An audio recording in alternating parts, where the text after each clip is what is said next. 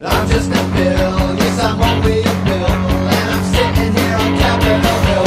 Well, it's a long, long journey to the capital city. It's a long, long wait while I'm sitting in committee. But I know I'll be alone. Yeah, 'cause I hope and pray that I'll be. But today I'm with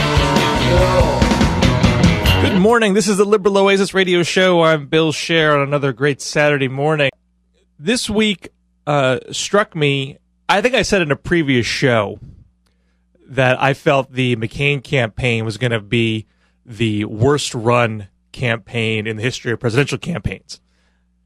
So this week, Friday, in fact, he goes to make a speech about trade. This is after we've had huge manufacturing job losses. The economy is on the down. And there is increasing concern that our global trade policy these rules are written in favor of multinational corporations, not thinking of workers' interests, be they workers in America or workers abroad. With those concerns about trade on the rise, John McCain gives a speech in favor of the current trade policy on foreign soil. He literally goes across the border to Canada when folks are worried about job losses to other countries, to make a case to keep things the way that they are. And there's even talk, he may even do another similar address in Colombia, because there's a proposed trade pact for Colombia that's very controversial. The logic completely befuddles me. Second thing he did today was he did another, showing he believes in change of his positions. This time on coastal drilling.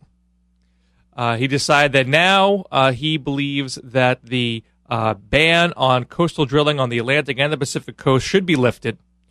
George Bush then chimed in to agree with him, going out of his way to make people think that George Bush and John McCain agree on everything. But George Bush does add the drilling in the Arctic National Wildlife Refuge on top of the coastal drilling. McCain still says we shouldn't drill there. Of course, the arguments are the same, so it doesn't make sense why this environmentally sensitive area shouldn't be drilled and the environmentally sensitive coastline should be. But what's particularly galling in this discussion is George Bush, who's been president for 8 years now, had plenty of time to work on energy issues. He says that I know that the long-term solution is to get off of oil and to increase our supply of renewable fuels and to be more energy efficient. That's George Bush. That's not me. But in the short term, we need to drill off of our coasts to lower the price of gas because it's gone so high. As if he just became president yesterday. He had 8 years to implement a long-term energy strategy and chose not to. Chose to keep fighting to protect big oil, protect their tax breaks, block any serious investment in renewable energy to compete with big oil. So that's galling. And the second part that's galling about this is you look at the data from Bush's own energy department, and you find that there is nothing short-term about coastal drilling. Number one, the oil doesn't go into your tank for years. You gotta explore, you gotta find the oil, you gotta drill for it, you gotta put it in the refinery, it's gotta go into your tank. It's a years-long process. And number two, perhaps even more importantly, there's just not that much oil there. So the Energy Department estimates that there are 10 billion barrels in the Arctic National Wildlife Refuge, and there are 18 billion barrels off of our coast. That sounds like a lot. Bush cited those numbers in his speech. 18 billion barrels. That's an enormous amount of oil. Well, in the Arctic National Wildlife Refuge, they say that 10 billion barrels of oil would lower the price of crude per barrel 75 cents by 2025, 17 years from now. Now, the price of crude has gone up $100 over the course of the Bush administration. A dollar of crude translates roughly into about 2.5 cents per gallon at the pump. So if you knock off 75 cents off crude, that's about 2 cents per gallon at the pump 17 years from now. Now, that's just the Arctic National Wildlife Refuge. You go to the coast, there's about double the amount of oil there. Now you got a whopping 4 cents to add to your 2 cents. That's 6 cents a gallon in 2025. Although I should point out that the Energy Department also says that you wouldn't see any price impact from coastline drilling until 2030, and even then it would be insignificant. So there's nothing short term here. There's nothing pragmatic here. If the urgent matter is that gas is so high, which is an urgent matter, I fully agree. There is nothing on our coasts that are going to solve that problem. It is just simply not a solution.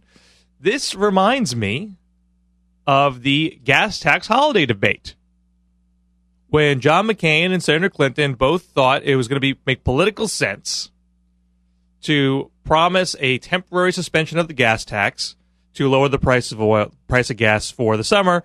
And when Barack Obama came out and said, it's a pander, it's a gimmick, all the economists say it's not going to work, it's not going to amount in any significant savings, even though all the pundits said this was a politically smart thing to do, it turns out that it wasn't. And now there have been a couple of polls that have come out to say, who do you trust more on gas prices, Barack Obama or John McCain? And Obama beats McCain by 20 points. Now, I'm sure when they polled gas tax cut in selected circumstances, framing the question in their slanted way, I'm sure it came out great for them. And they thought, this is political gold, let's run with it. You're announcing Republicans cite a couple of poorly worded polls saying, you see, public opinion's changed on drilling. Some people think that's changed on drilling in Florida, where it's a very sensitive issue because their coastline is an integral part of their $60 billion tourism industry. And if there's one oil spill there, that's a lot of jobs that are going to be lost. The governor of Florida, a Republican who is interested in being on McCain's ticket, he flip-flopped on the position to try to get in good with McCain. But I don't think they're factoring in that once the debate is fully joined, just like the gas tax debate was, and the actual numbers come out, and people say, you pandered to me again? You tried to sell me another bill of goods? When I'm going to spend literally $2,300 more, the average family is going to spend $2,300 more on gas this year than they did in 2001. And you're pandering me again with something that's not going to work. That's going to put Florida perhaps in jeopardy for McCain. That was considered to be a firewall for McCain. A recent poll just showed Obama getting ahead of McCain in Florida by 4 points. That might make it worse. Here's another thing you might know about. Colorado may become a swing state this year. Obama is seriously going to contest it. George Bush, in his speech, said that we should start exploring for oil shale, a type of rock in the western part of Colorado. Highly controversial in Colorado. And both the Denver Post and the Grand Junction Daily Sentinel, the Grand Junction is one of the towns in that western area. These are both newspapers that endorsed George Bush in 2004. Both said that the oil shale thing was a scam. The technology isn't there. The companies themselves say it doesn't make sense to lift the ban on exploring there right now. So if that McCain, I don't believe, has taken a firm position on Western oil shale yet, but just Bush pushing the issue might splatter on him and make it harder for McCain to protect Colorado from turning blue. So these are the geniuses that are running the Republican Party right now. And it's going to be incumbent on us to make the case on these energy issues because people do want solutions. I think we do need an economic stimulus package that's going to put more dollars in people's pockets to deal with rising costs. Because it's not just oil, it's food, it's healthcare, it's college costs. We got one set of stimulus checks coming right now, $600, $1,200 checks. That's all going to go to gas. And that would be fine. That would solve the short-term problem if we didn't have all these other rising costs. So we need an economic stimulus that's going to be better targeted to working-class families, lower-income, middle-income families, not wasted on those who can't afford their gas right now.